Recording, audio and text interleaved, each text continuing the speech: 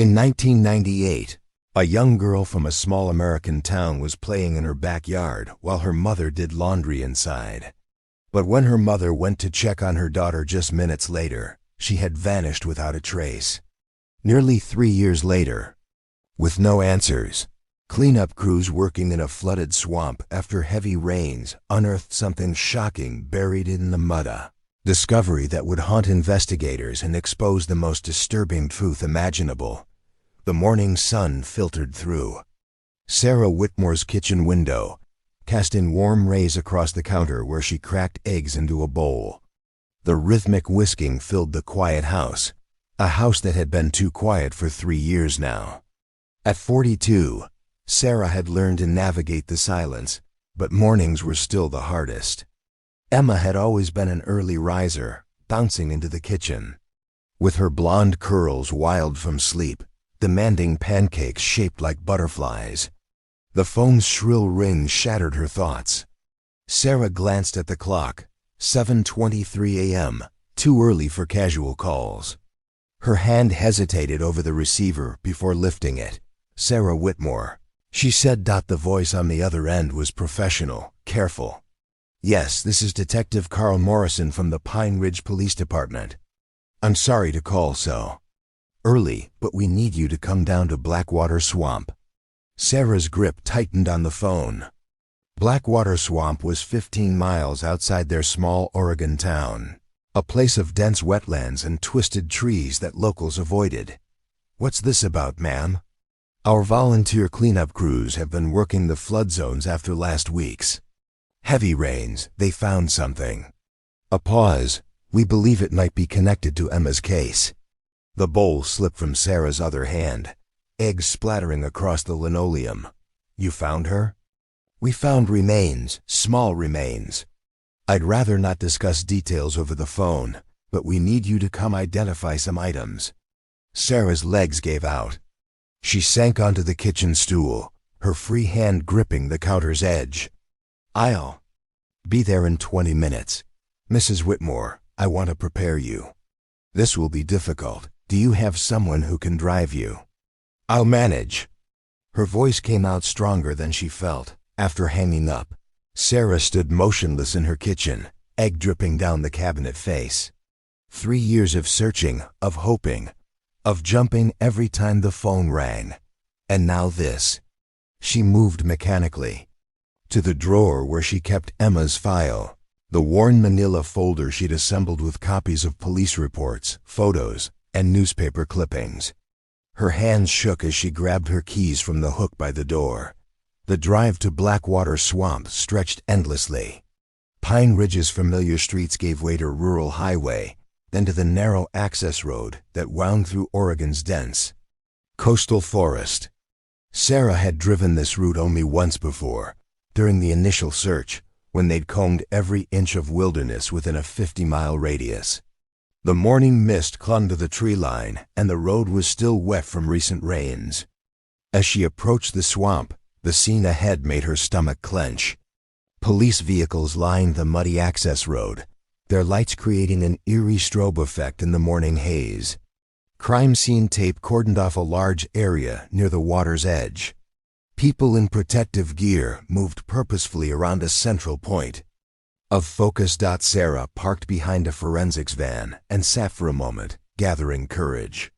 Through her windshield, she could see Detective Morrison's familiar figure, a tall man in his 50s with graying hair, the lead investigator who'd worked Emma's case from day one. He spotted her car and began walking over. "Sarah," he said, opening her door, his expression grave but kind. "Thank you for coming. Where is she?" The words came out raw. "This way, but I need to warn you about what you're going to see." Morrison guided her toward the taped perimeter, his hand gentle on her elbow. The flooding washed away years of sediment. "A volunteer found it this morning. An old oven, partially buried in the mud." "An oven?" Sarah's mind couldn't process the word. They reached the inner perimeter where forensics teams worked. On a blue tarp sat an appliance that seemed grotesquely out of place in the swamp setting. It was a vintage model from the 1960s, the bright red enamel still visible beneath layers of rust and mud. The door was sealed shut with some kind of industrial adhesive, multiple layers crudely applied. Inside we found Morrison's voice caught. He gestured to an evidence table where clear bags lay in neat rows. Sarah stepped closer, her eyes focusing on the contents. Small bones, too small, laid out in anatomical order. But it was the fabric fragments that destroyed her.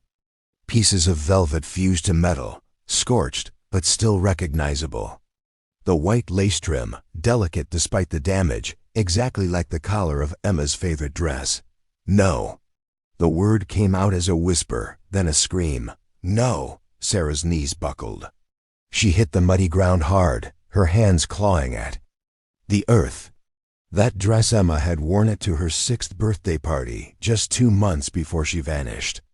She'd insisted on wearing it constantly, calling it her princess dress.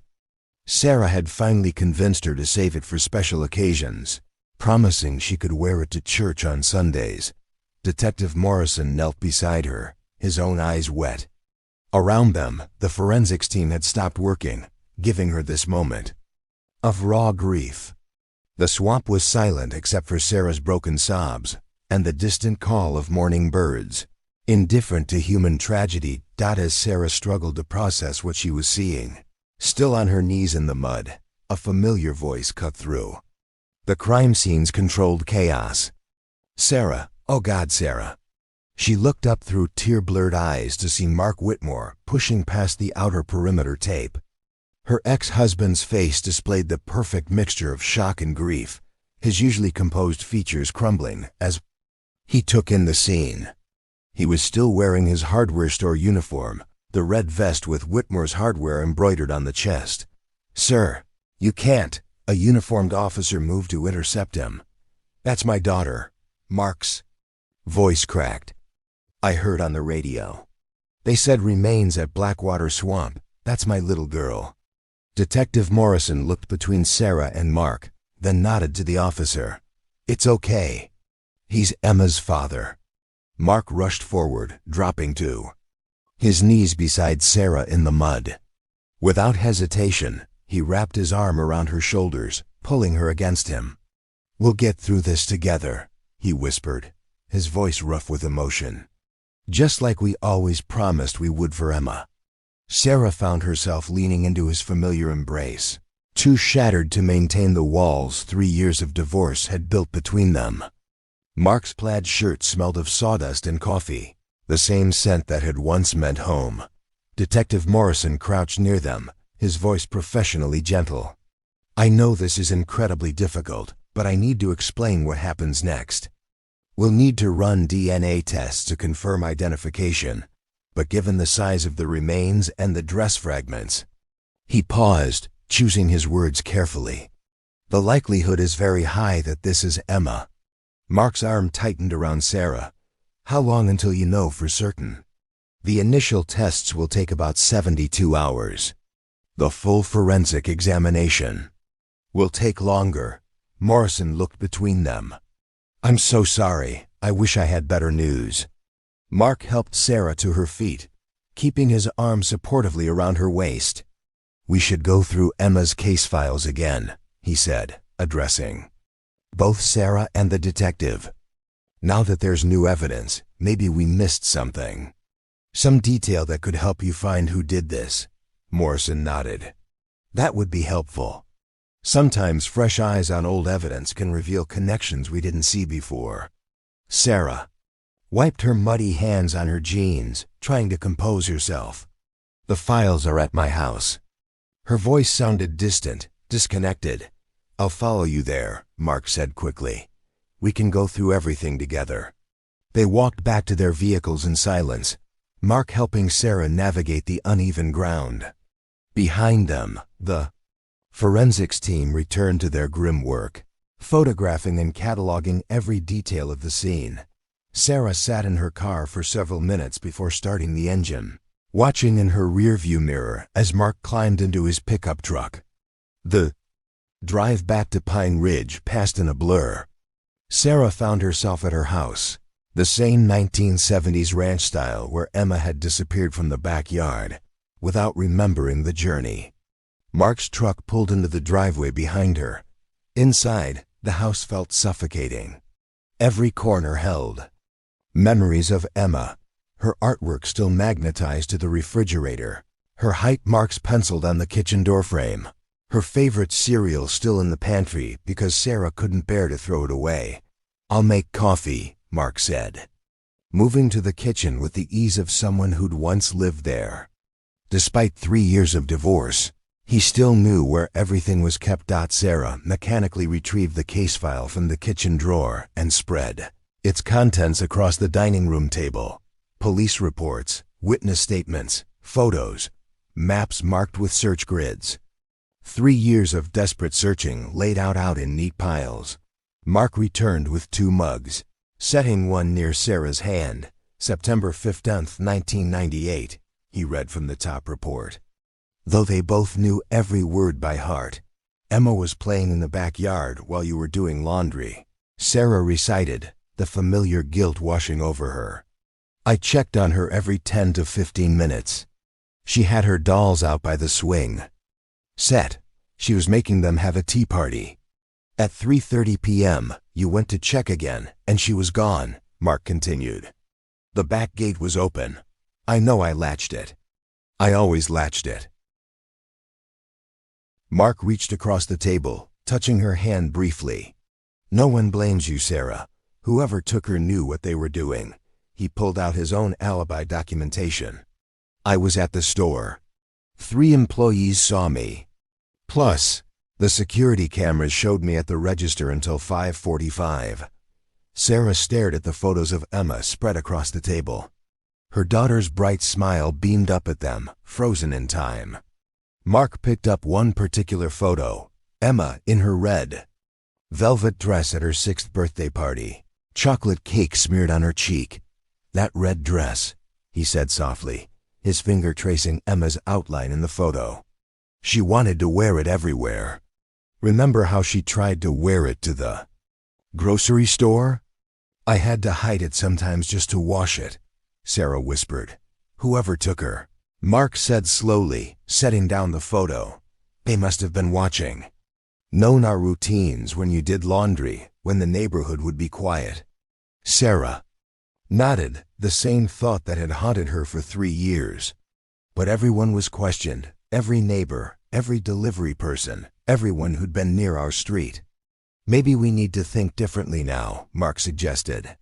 "With this new evidence, maybe there's a pattern we didn't see before." They sat together at the table where they'd once shared family dinners, surrounded by the documentation of their worst nightmare, searching for answers in pages they'd memorized long ago. After Mark left to give her space, Sarah found herself alone in the house with the case file still spread across the dining table. She tried to focus on the reports, but her mind kept returning to that grotesque image, the red oven sitting on the blue tarp, sealed shut with layers of adhesive like some kind of monstrous cocoon. Something about it nagged at her beyond the obvious horror. The color, maybe, or the style. She'd seen ovens like that before. But where? Sarah picked up her phone and dialed Detective Morrison's direct line. He answered on the second ring. "Morrison here. Detective, it persistum," says Sarah Whitmore. "I need to ask you something about the oven." "Of course. What do you need to know? Could you send me photos of it? Close-ups if you have them. Something about it feels familiar." There was a pause. Familiar. How? "I don't know exactly. Maybe it's just my mind trying to make connections, but I'd like to study it more carefully. I can email you the preliminary photos we took at the scene. Give me about 10 minutes. Sarah powered up her laptop, a bulky Dell that took forever to boot. While waiting, she cleared a space on the dining table, pushing aside the papers she and Mark had been reviewing. The email notification chimed, and she opened Morrison's message to find 6 high-resolution photographs. The oven filled her screen in vivid detail. Despite the mud and rust, the distinctive cherry red enamel was still vibrant in places. The chrome handles were Art Deco in style, with elegant curves that marked it as a premium model from decades past. She zoomed in on the manufacturer's plate, Westinghouse, though the model number was partially obscured by corrosion. Sarah printed the photos on her inkjet printer, the colors coming out slightly off but clear enough. She studied them spread across the table, that nagging familiarity still tugging at her consciousness. The red was so specific, not fire engine red or burgundy, but something in between, almost candy apple in tone. Making a decision, she grabbed the photos and her purse. There were several appliance stores in Pine Ridge, including vintage specialty shops that catered to the town's historic district. Her first stop was Modern Appliance on Main Street. The young salesman looked at the photos with polite interest but shook his head. "That's way before my time, ma'am. Maybe try Retro Kitchen down on Oak." Retro Kitchen's owner, a woman in her 40s, recognized the style but not the specific model. "Definitely 1960s, she said, examining the photos under a magnifying glass. "That red was popular for a few years, but I deal mostly in 1950s pieces. You might want to check with Harald at Handy's." Handy's Appliance Repair occupied a narrow storefront on the edge of town, the kind of place that had been there forever and fixed everything from toasters to washing machines. The bell above the door chimed as Sarah entered, the scent of motor oil and old metal filling her nostrils. Harold Hansen looked up from a disassembled mixer on his workbench. He was well into his 70s, with thick glasses and hands that spoke of a lifetime of repair work. "Help you, miss?" he asked. Sarah approached with the photos. "I'm hoping you might recognize this oven model."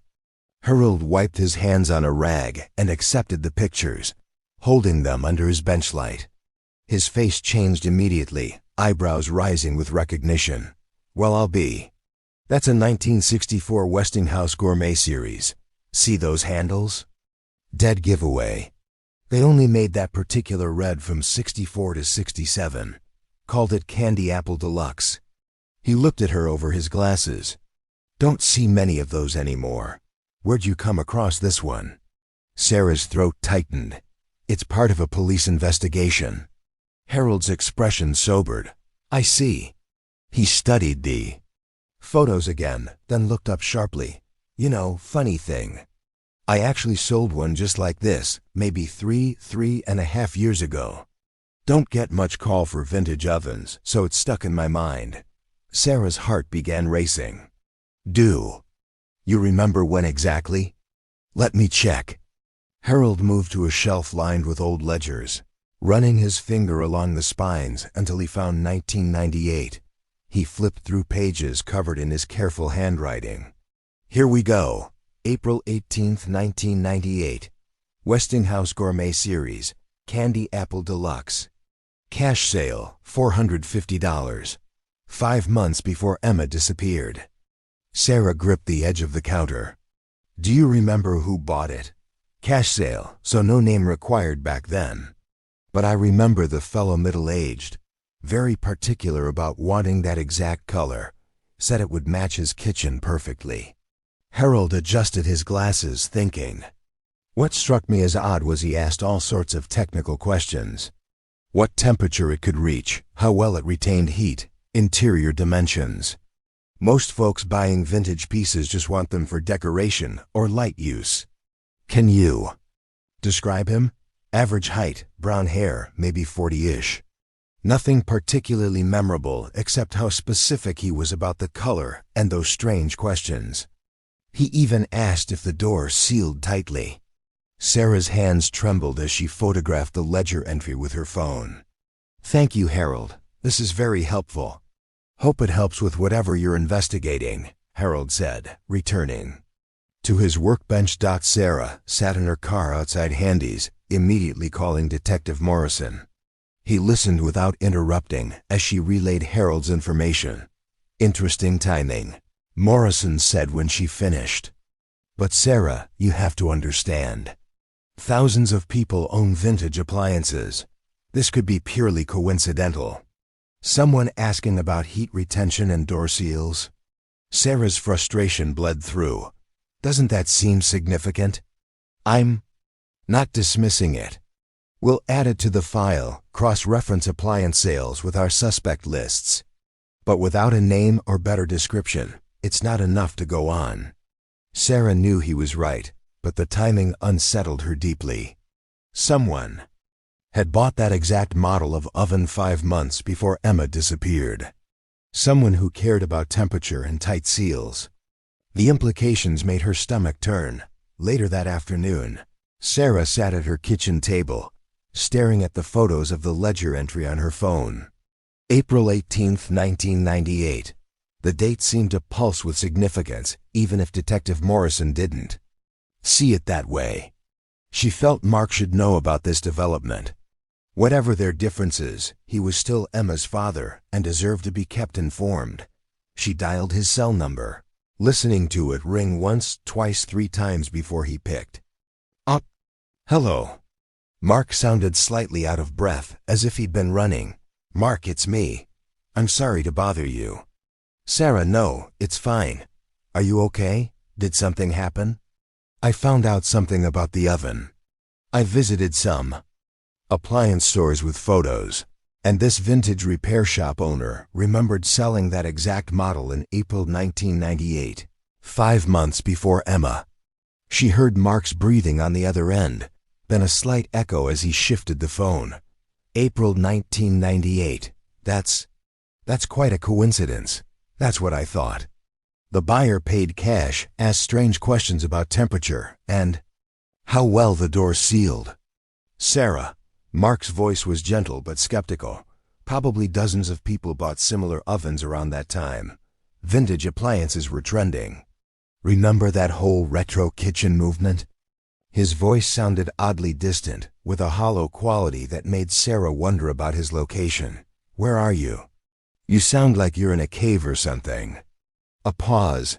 I'm at the cabin, the old place up at Deer Lake. After this morning, I needed to get away from town for a bit. Sarah's hand tightened on the phone. The cabin? I thought you sold that during the divorce. I was going to, Mark said quickly. Had it listed and everything. But when it came time to sign the papers, I just couldn't. Too many memories, you know, all those summers with Emma. Sarah fell silent. She distinctly remembered him promising to sell it, remembered her relief at not having to fight over the property. The cabin held too many family memories, teaching Emma to swim off the dock, roasting marshmallows by the outdoor fire pit. The 3 of them cuddled in the loft during thunderstorms. Sarah, you still there? Yeah, I'm here. Listen, Mark's voice brightened, taking on an almost eager quality. Why don't you come up? I know today's been hell, and if you need to talk more about these findings, about Emma, about anything, I'm here. We're both dealing with this, and maybe we shouldn't be doing it alone. I don't know, Mark. I was just about to start dinner anyway. Got steaks defrosting. You know, I hate eating alone, especially on a day like this. I could drive back down and pick you up. It's only 40 minutes. Sarah looked around her empty kitchen, at the case files still scattered on the dining table, at the silence that pressed in from all sides. Maybe he was right. Maybe being alone with her thoughts wasn't helpful right now. Okay, she heard herself saying, if you're sure it's not too much trouble, no trouble at all. I'll be there in 45 minutes. And Sarah will figure this out. Whatever happened to our baby girl, we'll make sure she gets justice. After hanging up, Sarah wandered into Emma's room. She'd kept it exactly as it was the day Emma disappeared. The unicorn comforter smoothed over the twin bed. Stuffed animals arranged just so. Crayon drawings taped to the pink walls. She sat on the edge of the bed, picking up Emma's favorite teddy bear, breathing in the faint scent that still clung to it. The cabin. She hadn't thought about it in months, had pushed those memories into a locked box in her mind. They'd bought it the year Emma was born, a rustic but charming place where they could escape Mark's demanding work schedule. Those early years, had been good. Mark seemed to relax there, became the father Emma deserved. He taught her to fish with infinite patience, built her a fairy house in the woods, read her stories by the fireplace. But as his hardware business grew, the cabin trips became less frequent. Work always interfered. Emma would pack her little suitcase and wait by the door, only to have Mark call and cancel. "Next weekend, princess," he'd promise. But next weekend never seemed to come. Sarah fingered the bear's worn fur, remembering the fight that finally ended their marriage. Emma's 5th birthday party. Mark had promised to leave work early to be there for the cake.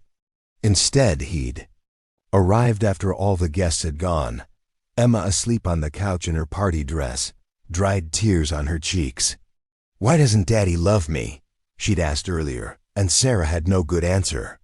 The divorce had been swift and relatively civil. Mark didn't fight for custody. He knew his work schedule made it impossible. He'd agreed to sell the cabin, or so she'd thought. Now she wondered why he'd kept it. Sentiment, stubbornness, or just another promise he'd broken. A horn honked outside. Sarah looked out Emma's window to see Mark's pickup in the driveway. She placed the teddy bear back on the bed, grabbed her purse, and locked the house behind her. Mark stepped out to open the passenger door for her, a gesture from their early dating days. He looked tired, stress lines deeper around his eyes, but he managed a small smile. "Thanks for coming," he said as she climbed in. "I know things are complicated between us, but today we need to be Emma's parents first." Sarah nodded, buckling her seatbelt. As they pulled away from the house, she noticed Mark's hands gripping the steering wheel tighter than necessary, a nervous energy radiating from him. She attributed it to the day's emotional trauma. They were both barely holding it together.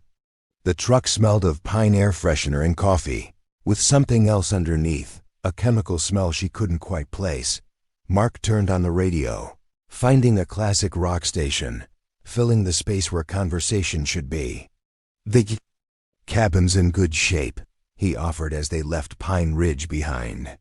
"I've been fixing it up on weekends. Helps me think, working with my hands." Sarah watched the familiar landmarks pass by, each one laden with memories of happier times when they were a family, when Emma was alive and safe, and their biggest worry was which bedtime story to read. The drive to the cabin took them away from Pine Ridge's suburban streets and into the dense Oregon wilderness. Mark navigated the winding forest roads with practiced ease, the truck's headlights cutting through the gathering dusk. Tall Douglas firs pressed in on both sides, their branches creating a canopy that blocked out the fading daylight. "Remember the first time we brought Emma up here?" Mark said, his voice softer than it had been all day. "She was only 3, kept asking if bears lived in the trees."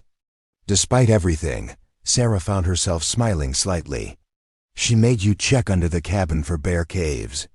"With a flashlight and everything," Mark chuckled. "And then she decided she wanted to be friends with any bears we found." The familiar rhythm of shared memories eased some of the day's sharp edges. Mark continued talking, his hands relaxing on the steering wheel as he recalled Emma's adventures at the lake. "That first sunfish she caught, God, you'd have thought she'd landed a whale. Insisted we take 50 pictures of her holding it. She wanted to keep it as a pet," Sarah added, surprising herself by engaging in the conversation. After the morning's horror, talking about happy memories felt both painful and necessary. So I had to explain catch and release while she gave the fish a name and a full backstory. Mark said, "Princess Bubbles, wasn't it?" Princess Bubbles 3. Apparently, there had been 2 previous fish royalty we didn't know about. They drove in companionable silence for a few minutes, winding higher into the hills. Sarah gazed out at the familiar landmarks, the old ranger station, now abandoned, the turnoff for the hiking trail where Emma had collected pine cones, the wooden bridge over Cedar Creek where they'd played poo sticks. "I'm glad you kept the cabin," Sarah heard herself saying.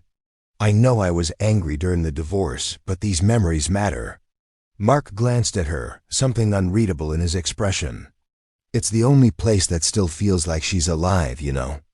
Like she might come running through the door any minute with a jar full of salamanders. As they turned onto the narrow dirt road leading to the cabin, Sarah's chest tightened.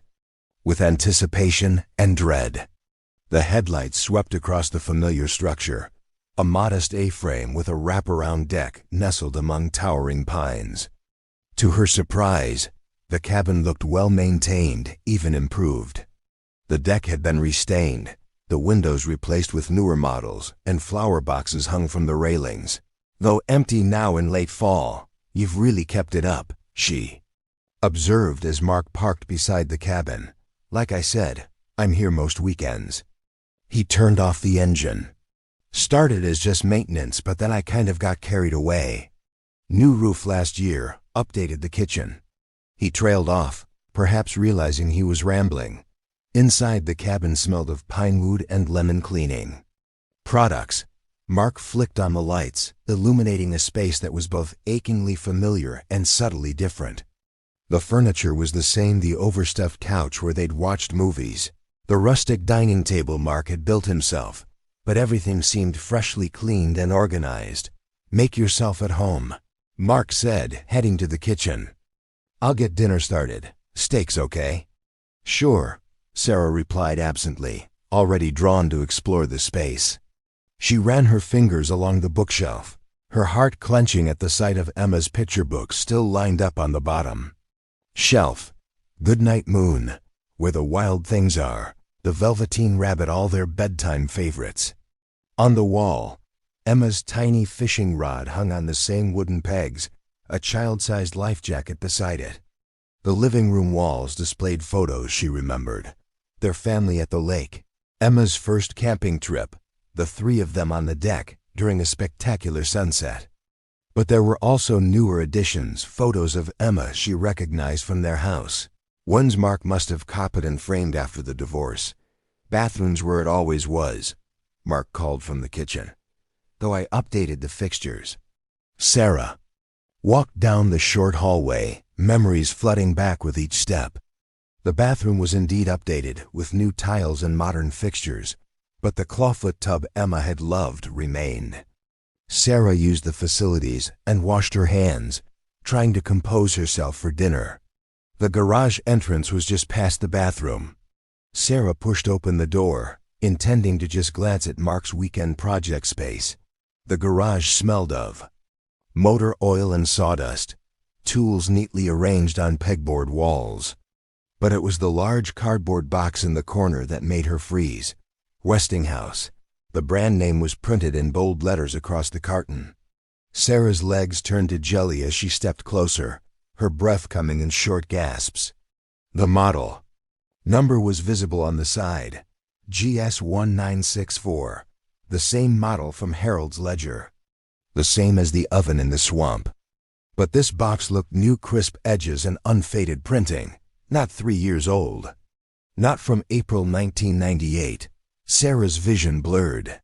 She reached out to steady herself against Mark's workbench, knocking over a row of screwdrivers with a metallic clatter. Sarah! Mark appeared in the doorway instantly, concern etched on his face. What's wrong? She pointed at the box with a trembling hand, unable to form words. Her mind kept seeing that other oven, sealed with adhesive, knowing Emma had been inside. The garage seemed to spin around her. Oh Jesus, Mark said, understanding immediately. He rushed to her side, guiding her to sit on a plastic crate. I'm so sorry. After this morning, seeing any oven must be. God, I should have moved that.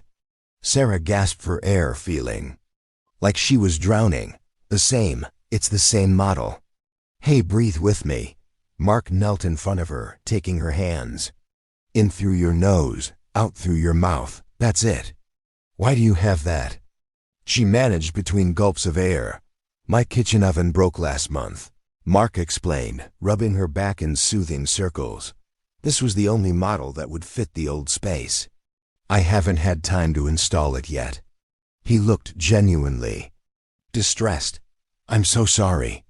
I didn't even think about how seeing that would affect you after today. Sarah forced herself to focus on breathing, on the solid feel of the crate beneath her, on Mark's familiar presence. It was just a coincidence. Lots of people had Westinghouse ovens. The fact that Mark had bought the same model meant nothing. She was seeing connections where none existed, her traumatized mind making patterns out of random events. Her breathing gradually slowed down as her vision cleared.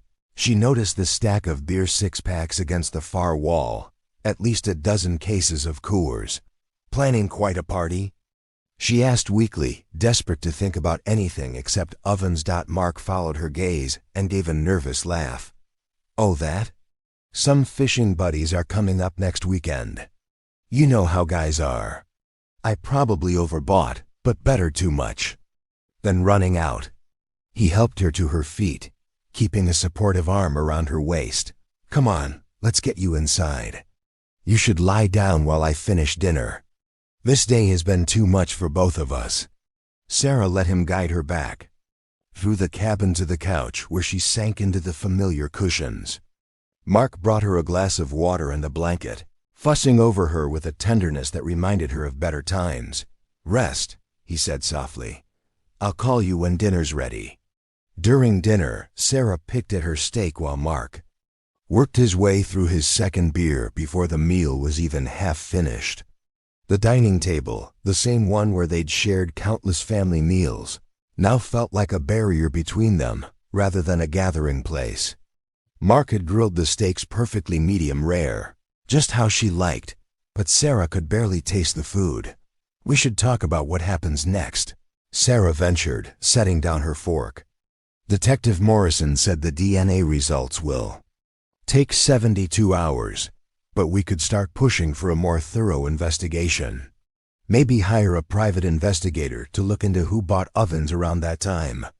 You know what I can't stop thinking about? Mark interrupted, draining his beer and immediately reaching for another from the six-pack he'd placed on the table. How hard I worked for this family. 60, 70 hours a week sometimes, building that business from nothing. Sarah shifted uncomfortably. Mark, that's not what we should be focusing on right now. And for what? He popped the cap off his third beer with more force than necessary. So you could divorce me the minute things got tough? Things were tough for years, Sarah said quietly. You were never home. Emma barely saw you. I was providing for my family. Mark's voice rose. Then he seemed to catch himself, taking a long pull from his beer. But that wasn't enough for you, was it? 6 months, Sarah. 6 months after the divorce was final, and you were already dating. Sarah set down her water glass carefully. We were separated for a year before that, Mark. The marriage was over long before the papers were signed. He waved her words away dismissively, his movements becoming looser as the alcohol took effect. Separated, still married in God's eyes, in Emma's eyes. He leaned forward, his gaze intense. I saw you at Romano's with him. Our place, Sarah, the place I took you for our anniversary, where we celebrated Emma's first day of school. A chill ran down Sarah's spine. You were watching me? I happened to be driving by, Mark said, but his eyes slid away from hers. February 14th, Valentine's Day. You wore that blue dress I bought you for Christmas 3 years before. Sarah's unease deepened. The blue dress detail was too specific for a casual drive-by. Mark, have you been following me?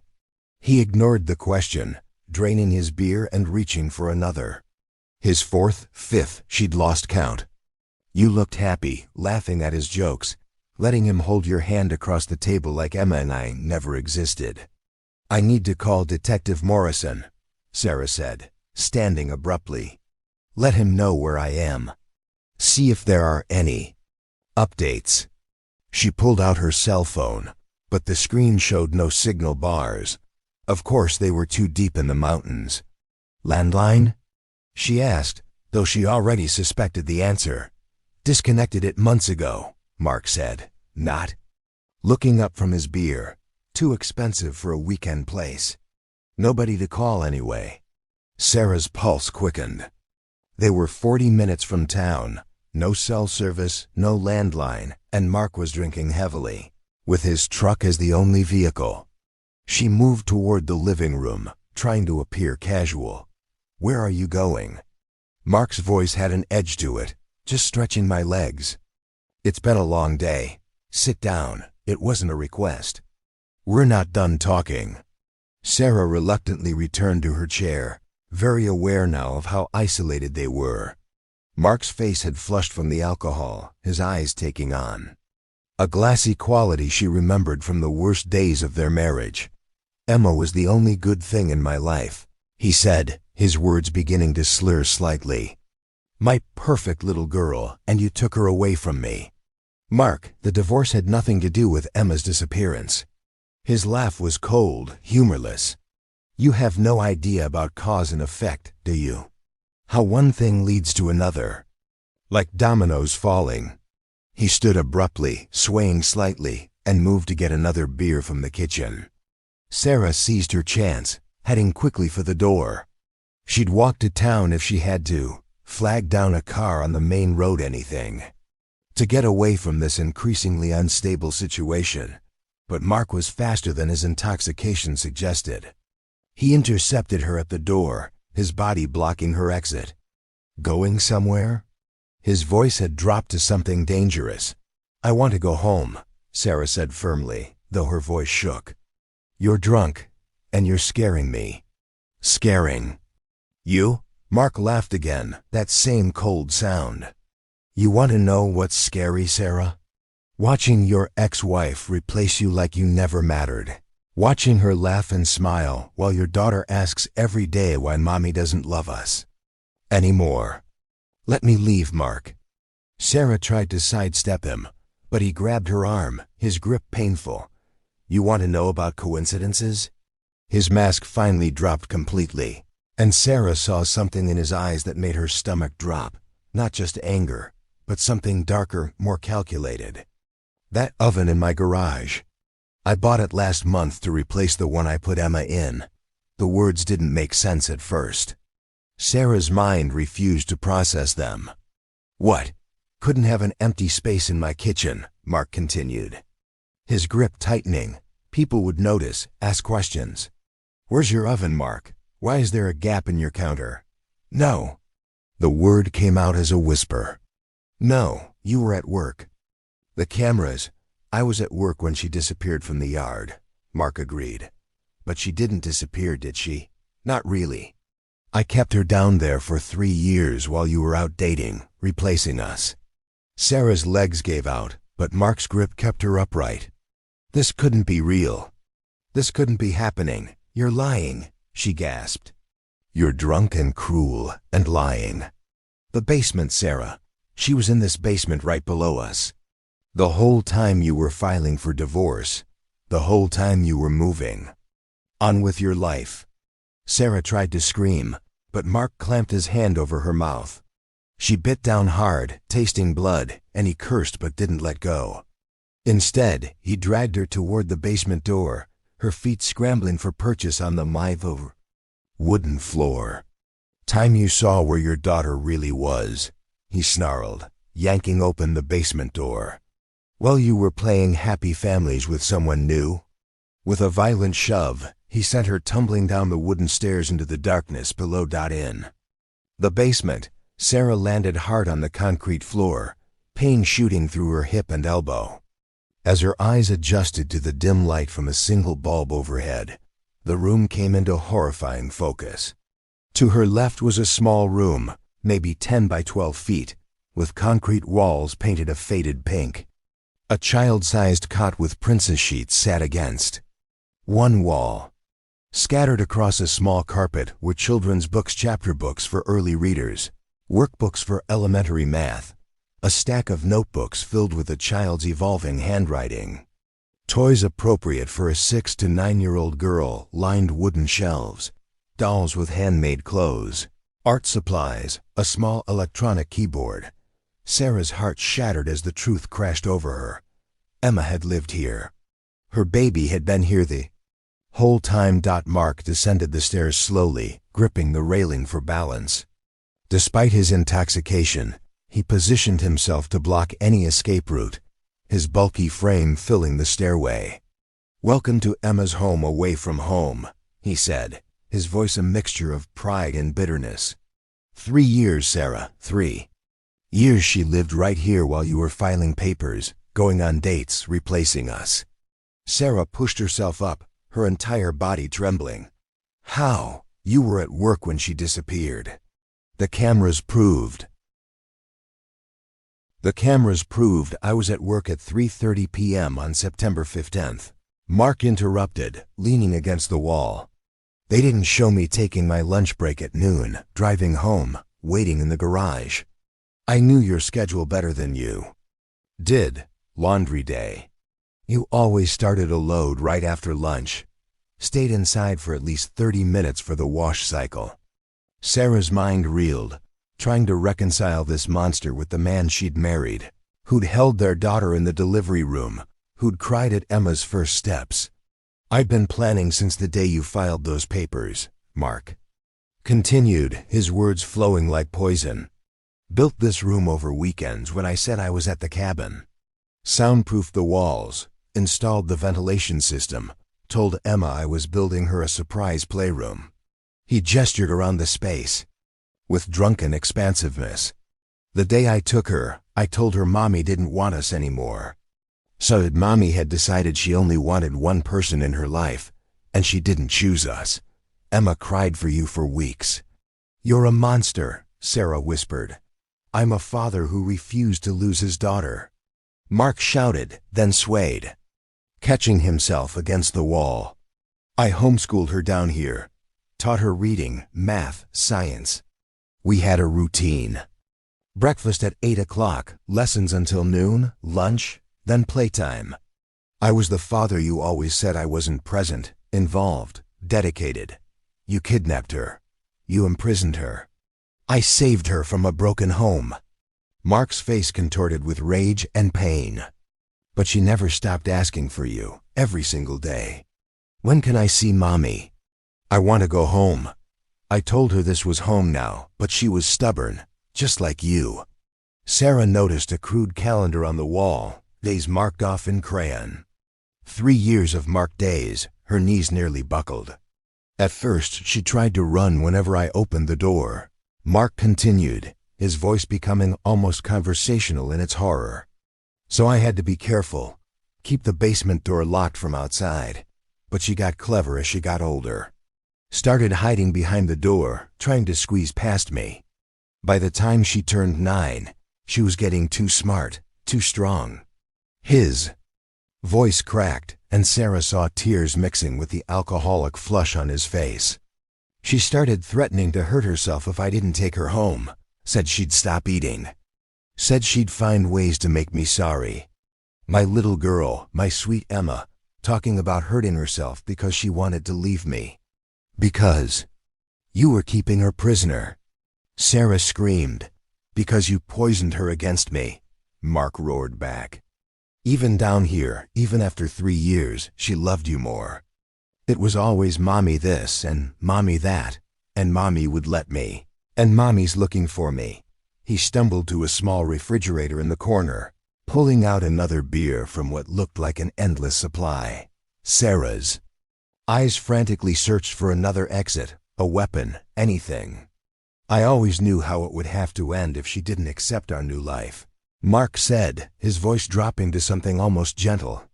"Part of me hoped, but deep down I knew. What did you do?" Sarah's voice was barely audible. It was a Thursday. She'd been particularly defiant that week, screaming whenever I came down, throwing her books at me. I'd been drinking more the stress, you understand. That morning, she looked me right in the eye and said, "I hate you. Mommy will find me, and you'll go to jail forever." Mark took a long pull from his beer, his hand shaking. "I made her favorite juice apple with just a little bit of grape mixed in. Put the sedatives in it, enough to make her sleep. She drank it during lunch, started getting drowsy during our reading time." Sarah's hands clenched into fists. nails cutting into her palms. I told her there were monsters outside, bad people who wanted to hurt us. Told her she needed to hide in the special hiding place, the oven. She was so sleepy, so trusting even then. Climbed right in with her stuffed rabbit. "Stop!" Sarah begged, but Mark continued relentlessly. I turned the heat up slowly. Put a chair against the door so she couldn't push it open if she woke up. She never woke up, Sarah. The sedatives made sure of that. Carbon monoxide got her before. The heat. Sarah doubled over, retching, the full horror of her daughter's final moments crashing over her. "I kept her in there for hours, making sure," Mark said clinically. "Then I sealed it up with adhesive, drove out to the swamp at night, picked the deepest part where I knew it would sink. Came back, cleaned the kitchen, installed the new oven I'd bought in April. Perfect crime, except for you." "Except for me," Sarah gasped through her tears. "I wanted you to suffer like I did. Wanted you to know she died in fear and pain, burned and destroyed. Like how I felt watching you laugh with another man at Romano's Our Place, while our daughter was right here under this roof, waiting for Mommy, who chose dating over finding her." Mark turned toward the corner where cases of beer were, stacked against the wall. "Need another drink to tell you the rest?" In that moment, as he turned his back, Sarah saw a hammer on the nearby workbench, within reach. Without thought, driven by pure survival instinct and a rage she didn't know she possessed, she lunged for it. The weight felt solid in her hand as she swung with all her strength, connecting with the back of Mark's skull with a sickening crack. He dropped instantly, the beer bottle shattering on the concrete, foam mixing with the blood that began pooling beneath his head. Sarah didn't check if he was breathing. Didn't care. She scrambled over his prone form and up the stairs, her body moving on pure adrenaline. His truck keys were on the kitchen counter where he'd dropped them. She grabbed them with shaking hands and ran outside. The truck started on the first try. Sarah threw it into reverse, tires spinning on the dirt drive, then shifted to drive and floored it. Tree branches scraped the sides as she took the narrow road too fast. Desperate to get away, to get help, to get justice for Emma. She drove frantically down the mountain road, taking curves at dangerous speeds, checking the rearview mirror obsessively, though she knew Mark couldn't follow. 10 minutes down the mountain, her phone finally showed 1 bar of signal. She pulled over, hands shaking so badly it took 3 tries to dial 911. 911, what's your emergency? This is Sarah Whitmore. I'm on Mountain Road near Deer Lake.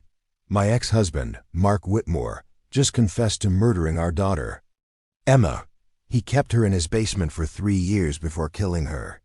He's at the cabin, 2847 Deer Lake Road. I hit him with a hammer. I don't know if he's alive. Please send help.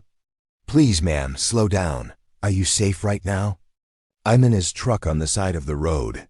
He killed my baby. He kept her in the basement, and then he put her in an oven. Sarah broke down completely, unable to continue. We're dispatching units to both locations now. Ma'am, stay on the line with me. Are you injured? Through her sobs, Sarah managed to give the dispatcher the crucial details. Mark's confession, the basement prison, the location of the cabin. She stayed on the line as instructed, sitting in the truck on the dark mountain road. Finally knowing the truth that would haunt her forever, police units arrived at the cabin within 20 minutes of Sarah's call, their sirens echoing through the mountain darkness. The first officers found Mark Whitmore unconscious in the basement, blood pooling beneath his head from a severe wound. Paramedics worked to stabilize him while crime scene investigators began documenting the horror of Emma's prison. The pink concrete walls, the princess sheets, the calendar with 3 years of crossed-off days. At the Pine Ridge police station, Sarah sat in an interview room, wrapped in a blanket someone had given her, though she couldn't stop shaking. Detective Morrison sat across from her, his weathered face showing the strain of the revelations. Take your time, he said gently. I know this is impossibly difficult, but we need every detail. Sarah recounted everything. The dinner, Mark's drinking, his escalating aggression, and finally his terrible confession. Her voice broke repeatedly, but she forced herself to continue, to speak Emma's truth into the official record. He said he kept her for 3 years, she whispered, 3 years. While I searched, while I begged you to find her, she was right there. Through the interview room's window, she could see increased activity in the station officers coming and going, evidence bags being logged, the controlled chaos of a major case breaking open. Sarah, I need to step out for a moment, Detective Morrison said after 2 hours. Mark's conscious and talking. I'll update you as soon as I can. Alone in the room, Sarah stared at her hands, the same hands that had pushed Emma on the swings, braided her hair, held her during thunderstorms. The same hands that had swung the hammer to save her own life. Detective Morrison returned an hour later, his expression grim. He's confessing to everything. We've got it all on tape. He sat down heavily, opening a notebook. According to Mark, his drinking started escalating when your marriage began deteriorating. He said he used alcohol to cope with what he called your constant complaints about his work hours. After you filed for divorce, his consumption increased dramatically, a 12-pack or more daily. Sarah closed her eyes, remembering the smell of beer on his breath during their final months together. He admits to stalking you after the separation. Morrison continued. We found journals at the cabin documenting your movements, your daily routines, who you talk to. Photos of you taken without your knowledge. The entries become increasingly erratic and hostile as his alcoholism worsened. The restaurant, Sarah said quietly. He mentioned seeing me at Romano's, Morrison nodded. February 14th, 1999. You were there with David Carlson from your book club. Mark wrote 10 pages about that night. He considered it, and I'm quoting here, the ultimate betrayal of our family. He said seeing you at Emma's favorite restaurant with another man was when he decided you needed to be punished. Sarah's stomach turned. He planned it all methodically. He built the basement room over a period of months, telling people he was renovating the cabin, soundproofed the walls, installed locks that could only be opened from outside. During his visitation weekends with Emma, he groomed her to trust him completely, told her he was preparing a special surprise. Morrison flipped pages in his notebook. The kidnapping itself was carefully timed. He knew you did laundry every Monday after lunch, that you'd be inside for at least 30 minutes. He took his lunch break, drove home, waited in the garage. When Emma came near the back gate, he called her over, told her mommy said she could come for a special daddy-daughter day. She went willingly, Sarah said, tears streaming down her face. She trusted him. He drove her straight to the cabin, told her you didn't want them anymore, that you'd chosen a new life without them. He kept her in that basement for exactly 3 years, homeschooling her, controlling every aspect of her life. The beer cans, we found hundreds of them throughout the cabin, indicate he was drinking constantly during those years. Morrison paused, clearly struggling with the next part. He says Emma never stopped asking for you, never stopped trying to escape. As she got older and stronger, he knew he was losing control. The end came when she was 9. She'd become defiant, threatening to hurt herself if he didn't let her go home. He gave her sedatives and apple juice. Sarah whispered. The medical examiner has confirmed cause of death as carbon monoxide poisoning. The sedatives ensured she was unconscious. She didn't suffer, Sarah. That's the one mercy in all. This, Sarah nodded, unable to speak. We found his research on his computer, Morrison continued. Searches about body disposal, about psychological torture. He wanted the oven specifically because he knew how the discovery would affect you. He wrote about wanting you to picture her final moments, to suffer as he believed he was suffering. What charges? Sarah managed to ask. Kidnapping, false imprisonment, murder in the 1st degree. With his confession and the physical evidence, he'll never see freedom again. During the interrogation, he alternated between sobbing about how much he loved Emma and raging about your betrayal. He shows no genuine remorse, only self-pity and anger that his plan ultimately failed. Morrison reached across the table, placing a paternal hand over Sarah's. I'm so sorry we didn't find her in time. 3 years she was alive, and we failed her. We all failed her, Sarah said quietly. A knock interrupted them. An officer entered. Detective, the media's gathering outside. They'll want a statement. Sarah stood on unsteady legs. I'll speak to them. Other families need to know, need to understand that sometimes the danger isn't a stranger. The statement was brief, Sarah standing before the cameras with Detective Morrison beside her. She spoke about seeking justice for Emma, about supporting other families of missing children, about the importance of never giving up hope, even when that hope led to devastating truth. Back inside the station, Morrison walked her to a quiet room away from the chaos. We'll have victim support services contact you immediately. Counseling, legal advocacy, whatever you need to get through this. We'll be with you every step of the way through the trial. Mark will spend the rest of his life behind bars for what he did to Emma. Sarah nodded numbly. Thank you. Do you have someone who can be with you tonight?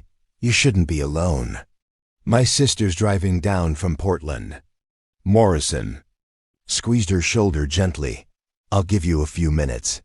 Take as long as you need. When the door closed behind him, Sarah sank into a chair in the empty room. The silence pressed in on her, the weight of everything crushing her chest. Her baby had been alive for 3 years while she'd mourned her as dead. 3 years of birthdays, Christmases, bedtimes, all spent in a basement prison while Sarah searched everywhere but the one place she'd never thought to look. She pressed her hands to her face, speaking silently through her tears. Emma, baby. I'm so sorry. I'm sorry I didn't find you. I'm sorry I didn't know. But I promise you, my sweet girl, I promise he'll pay for what he did. I'll fight to make sure he never hurts anyone again. And I'll remember you, not how you died, but how you lived. Your laugh, your smile, the way you saw magic in everything. I'll carry you with me always, my precious daughter, always. The room held her words, her promise, her broken heart. Outside, the business of justice continued, but in that moment, Sarah Whitmore sat alone with her grief and her memories of a little girl in a red velvet dress who had loved her unconditionally, even in the darkness. If this story moved you, if it reminded you of something we should never forget, please like this story, share it with someone who needs to hear it, and follow our journey for more stories that honor truth, dignity, and the power of standing tall, even when the world looks away. Because when we remember together, we rise together. And that at any age is how change begins.